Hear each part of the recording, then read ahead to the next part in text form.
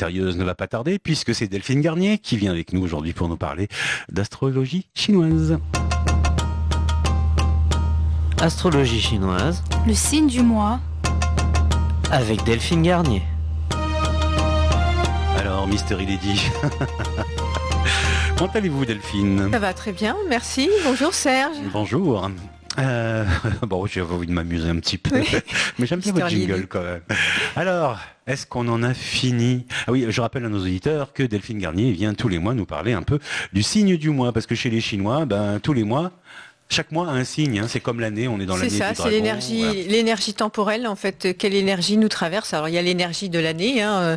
Tout le monde sait tout le monde sait non, mais je le rappelle, c'est le buffle de métal pour toute l'année 2021 et aussi une énergie mensuelle. Donc c'est une énergie temporelle. Qu'est-ce qui se passe cette année et ce mois-ci? Et là, on va parler surtout de ce mois-ci. Oui, parce que les 2 mois précédents, c'était coup de frein, qu'on appelle ça contrariété, empêchement, contrainte. Oui, on avait 2 animaux d'éléments bois en astrologie chinoise avec le lapin. Et ils étaient tous les 2 accompagnés de métal. Et le métal et le bois, dans la nature, ça fait pas bon ménage. Donc, contrariété, ça a du mal à avancer, des empêchements, des retards. Il fallait s'adapter. En tout cas, Serge, ça y est, c'est fini, puisque nous passons de l'élément métal à l'élément eau et on a changé d'animaux. Ça se débloque, là. Ça se débloque. Alors, ce mois-ci, le dragon d'eau. Alors là, on change complètement de configuration, parce que le dragon, en élément chinois, le dragon, c'est de la terre yang, pour ceux qui suivent un petit peu tout ce qui est Tao et les 5 éléments. Donc le dragon, c'est de la terre yang et il est accompagné de l'élément eau. Au yang. Donc là, on n'est plus du tout dans le métal et dans le bois, on est dans la terre et l'eau. Là, ça pousse. Et donc, exactement, tout est fertile pour pouvoir faire avancer nos projets. Donc, c'est une énergie qui est quand même très, très favorable pour tout ce qui va être dépassement de soi, avancement des projets, concrétiser, oser avancer. Mais alors, oser avancer, là, avec quand même des fondations assez solides, puisque le dragon, il est solide, il est stable, il est responsable, il a un élan vital. Je parle surtout du dragon d'eau. L'envie de communiquer, l'envie de sortir de sa zone de confort. Donc ça c'est très porteur. Mais il y a toujours un bémol, Serge, c'est que toute énergie, c'est pas qu'au positif ou que négatif, c'est ce qu'on en fait.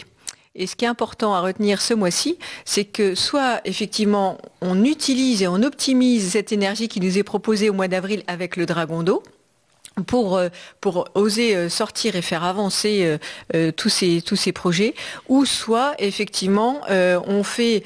C'est un peu le bémol du dragon qui est de la terre, qui a tendance aussi peut-être à ruminer et à stagner, à être impatient, et donc il faut pas tomber dans ce travers-là. Il ne faut pas que l'énergie nous submerge. Alors, en gros, quoi. Qu'on se laisse porter, qu'on aille trop vite. Oui, alors on risque pas d'aller trop vite, parce que le dragon est solide. On risque pas d'aller trop vite, mais par contre, il peut nous emmener loin, ce dragon. Ah. Mais le bémol, c'est qu'effectivement, c'est tout ce qu'on va en faire. C'est-à-dire, si on s'inquiète plus de ce qui n'avance pas, de ce qui change pas, de ce qui ne va pas, et qu'on n'avance pas, là c'est... Oui, on va passer son énergie dans les trucs négatifs. Et voilà, exactement. Il faut pas voir ce qui ne change pas ou ce qui ne va pas. Il faut voir ce qu'on peut changer nous-mêmes à titre individuel. D'accord. C'est complètement différent. Bon, j'espère qu'au niveau général, ça va nous porter des bonnes nouvelles aussi pour... un monde meilleur d'ici la fin du mois d'avril.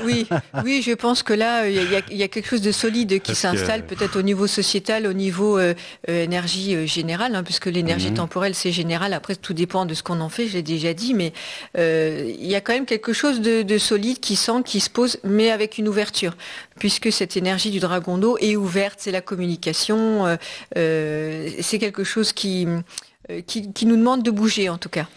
On le sent un peu que quelque chose se dégage. Oui, là, quand même, oui. Il y a des choses qui avancent. Il y a des choses qui avancent. En tout cas, le petit bémol, ça serait vraiment de s'attarder sur ce qui ne va pas et de se dire il n'y a rien qui change, donc on attend. Alors là, c'est le pire scénario possible pour ce mois-ci, parce que là, ça va être problème de territoire, trouver sa place, on rumine, on se tourne vers le passé, et là, on tombe dans ses travers. Ce qu'il ne faut surtout pas faire. Parce que l'énergie, elle ne s'arrête pas. C'est à nous de l'utiliser dans des bons... C'est-à-dire que l'énergie, elle nous est proposée. Soit on l'utilise en disant ok, ce mois-ci c'est peut-être porteur. Alors bien évidemment, là c'est général, il faut voir dans notre thème à chacun voir ce que fait le dragon d'eau, parce qu'on n'est pas tous on est tous différents, heureusement, mais de façon générale, effectivement, il vaut mieux l'utiliser comme elle nous est proposée, plutôt que de résister et dire ah non, moi je change rien, j'attends, parce que de toute façon on peut rien faire, les magasins sont fermés, on est encore en confinement, donc on attend. Là c'est le pire scénario. Il faut quand même à titre individuel, oser avancer et sortir de sa zone de confort et faire essayer de préparer des choses pour après, quoi. C'est ça, mais être dans l'action, dans l'élan vital. C'est ce que nous demande le dragon d'eau, l'élan vital. C'est beau, ça. Oui, c'est beau. L'élan vital. C'est beau. Le dragon d'eau. Bon, je savais même pas que ça existait, le dragon d'eau. Il y a le dragon d'eau, le dragon de métal, le dragon de bois, le dragon de feu, le dragon de terre. Dans la vie humaine terrestre, ça fait partie des NAC, des nouveaux animaux de compagnie qu'on trouve dans certaines boutiques où on vend des animaux. C'est un petit lézard qui s'appelle le dragon d'eau. Je sais pas si tu connais. Non, je connais pas. Ça m'a étonné quand j'ai vu le dragon d'eau. Je me suis dit, tiens, c'est marrant. C'est un petit lézard. Mais là, c'est un gros dragon chinois. On est dans l'année du buffle, ça n'a rien à voir. Alors, on est dans l'année du buffle et dans le mois du dragon. Et donc, le dragon d'eau dans l'année du buffle, ça va ? Alors justement, pas forcément. Pas forcément. Il y a encore des problèmes de territoire et de place. C'est un peu le fil conducteur de cette année. Le dragon et le buffle ne s'entendent pas trop. C'est pour ça que je dis, au lieu de résister et de faire du surplace, là ça va être compliqué pour ceux justement qui vont résister au changement. Buffle, quoi. Parce que le buffle et le dragon, ils doivent se partager un territoire. D'accord. Le buffle, c'est vrai qu'on a l'impression du truc bien planté. Oui, il est bien planté. Et le dragon, on a plutôt le truc qui file, qui vole.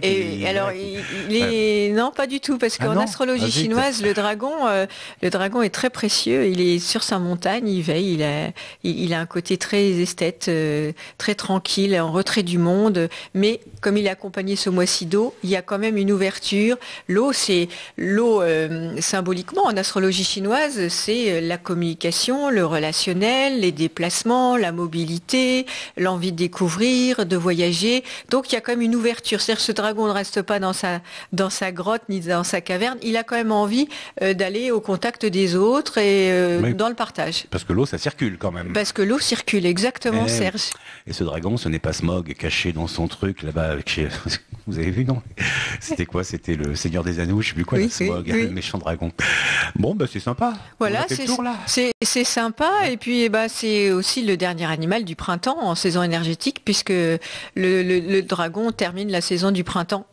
En astrologie chinoise, Serge, pas dans notre calendrier. Ah oui, d'accord. Dans le calendrier agricole. L'été va démarrer chez les Chinois bientôt? Au mois de mai. Ah oui. Avec l'arrivée du serpent. Le serpent, c'est l'animal de l'été en astrologie chinoise. On en parlera le mois prochain. Mais donc le dragon, il clôture le printemps. Bon dragon d'eau. Bon mois d'avril. Oui. Et surtout, avancez dans vos projets. Puis je rappelle que Delphine Garnier, vous occupez d'énergie, vous occupez de Bazi, c'est-à-dire l'astrologie chinoise, de ce dont on parle en ce moment, mais aussi de Feng Shui, d'énergie dans la maison.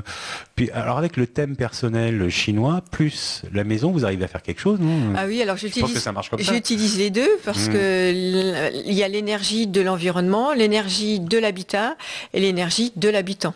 Et donc je prends la date de naissance quand je fais une expertise Feng Shui, je prends la date de naissance de tous les habitants du lieu pour faire une synergie entre l'habitation et les habitants. Ah oui, d'accord. Quand il y a 3 enfants plus les 2 parents, ça fait 5. Oui, alors je les fais pas entièrement les thèmes, mais je prends les dates de naissance, ce qui me donne quand même déjà des orientations. Quel secteur est le mieux pour, par exemple, dans le choix, on a 2 enfants, il y a 2 chambres. Pour à qui on va donner cette chambre-là et à qui on va donner l'autre. Là, je prends la date de naissance et je vois pour qui ça convient le mieux. D'accord. En fonction de tout ça, vous allez aider à organiser la maison, quoi. Alors, organiser, c'est pas de l'aménagement intérieur, c'est vraiment comment l'énergie rentre, comment elle est optimisée, et puis surtout, l'énergie, ça se capte. ça circule et ensuite il faut la laisser partir. C'est pour ça qu'on voit dans certains concepts feng shui, on met une petite fontaine ici, une chaise là, des choses. Alors ça c'est plutôt feng shui occidental. Le feng shui traditionnel, c'est vraiment quelque chose, ça ne se voit pas en fait. Ça va être des corrections dans des coins, en géoponcture, alors toujours les 5 éléments, bois, métal, etc. Mais je fais pas d'aménagement intérieur et il faut savoir aussi qu'il y a beaucoup de ce que j'appelle les gris-gris. Alors c'est l'intention qui compte. Mettre une tortue qui hoche devant la porte d'entrée, ça n'amène pas la fortune ni l'amour. Et je ris toujours parce que Stéphane Plaza dans ses émissions dit toujours les miroirs dans la chambre à coucher amènent l'infidélité. Ça c'est le genre c'est plutôt des c'est des fausses idées, c'est des superstitions tout simplement. Voilà. Oui, non mais ça c'est sûr parce que c'est pas parce qu'on a un miroir dans sa chambre qu'on sera pas cocu. Non, non, mais en tout cas, le miroir dans la chambre, faut savoir. Là, je parle des miroirs parce que c'est vrai que c'est toujours une question qu'on me pose. J'ai un miroir, où est-ce que je le mets? Bien évidemment, il faut déjà faire l'expertise de la maison. Et puis le miroir, ça potentialise l'énergie. Donc si l'énergie est bonne dans le lieu, enfin dans la pièce dans laquelle vous mettez le miroir, eh bien c'est bien parce que l'énergie va être décuplée. Par contre, si l'énergie est mauvaise, vous allez décupler l'énergie mauvaise. Voilà. C'est ce oui, donc il n'y a pas de règle. Le miroir peut être dans la chambre si elle a une bonne énergie. Exactement. Parce que c'est vrai qu'on entend souvent, alors je savais pas que c'était pour l'infidélité, moi, mais j'entendais souvent dire qu'il fallait pas trop mettre des miroirs dans les chambres, je sais pas pourquoi. Si, on peut mettre des miroirs, alors pas en face de la porte et pas en face de la fenêtre. On met surtout pas un miroir face à la porte d'entrée, puisque l'énergie repart. Et au plafond comme dans certains films. Ah bah ça vous faites ce que vous voulez, Serge. Hein. Sérieux, ça on peut, mais au plafond ça dérange moins qu'en face d'une porte. Ça se voit pas comme ça. Exactement. D'accord. Donc vous intervenez dans ce sens-là. Voilà, je peux intervenir sur des terrains pour voir où construire sa maison. Avant qu'elle soit construite, c'est pas mal aussi. Ouais. Avant qu'elle soit construite, puisque c'est l'environnement qui pèse le plus lourd en feng shui, c'est-à-dire c'est pour 70%, c'est l'énergie environnante. Où sont les poteaux électriques? Est-ce qu'il y a un chemin de fer qui passe par loin? Est-ce qu'il y a des usines? Est-ce qu'il y a des hôpitaux? Est-ce qu'il y a des prisons? C'est tout ça qu'il faut voir. Est-ce que c'est vallonné? Est-ce qu'il y a des rivières? C'est le plus important. L'impact de l'environnement au niveau énergétique sur une habitation, un terrain, des bureaux, des commerces, c'est 70%. Ah ouais. L'intérieur ne vaut que pour 30%. Ah d'accord. Un autre bruit qui court, c'est quand on achète sa maison et qu'il y a des lignes haute tension pas loin. Ça apporte ça apporte l'élément feu, puisque l'électricité c'est du feu.